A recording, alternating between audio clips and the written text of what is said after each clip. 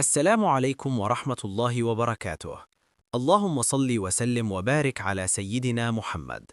مواعيد مباريات يوم الأحد 1 مارس 2026 والقنوات الناقلة: الدوري المصري، إنبي ضد المصري 9:10 بتوقيت القاهرة، 10:10 بتوقيت السعودية، 8:08 بدول المغرب العربي، على قناة أون تايم سبورت. البنك الأهلي ضد سموحة 9:09 بتوقيت القاهرة، 10:10 بتوقيت السعودية، 8:08 بدول المغرب العربي، على قناة أون تايم سبورت.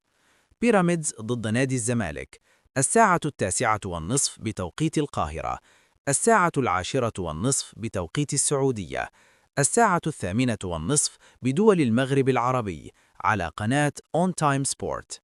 الدوري الإنجليزي: نادي أرسنال ضد نادي تشيلسي 6:30 بتوقيت القاهرة، 7:15 بتوقيت السعودية، 5:05 بتوقيت دول المغرب العربي، على قناة بي إن سبورت 1. نادي مانشستر يونايتد ضد نادي كريستال بالاس 4:00 بتوقيت القاهرة، 5:00 بتوقيت السعودية، 3:00 بتوقيت دول المغرب العربي، على قناة بي إن سبورت 1.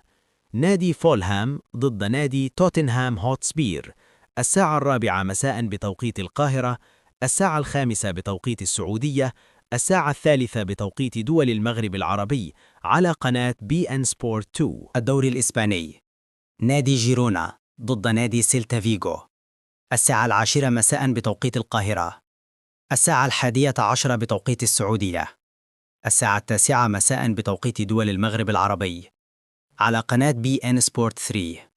نادي ريال بيتيس ضد نادي إشبيلية 7:30 بتوقيت القاهرة، 8:30 بتوقيت السعودية، 6:30 بتوقيت دول المغرب العربي، على قناة بي إن سبورت 5. نادي فالنسيا ضد نادي أوساسونا 5:15 بتوقيت القاهرة، 6:16 بتوقيت السعودية، 4:15 بتوقيت دول المغرب العربي، على قناة بي إن سبورت 6. فضلاً وليس أمراً، لو الفيديو عجبكم فعلوا زر الجرس وما تنسوش الاشتراك. والسلام عليكم ورحمة الله.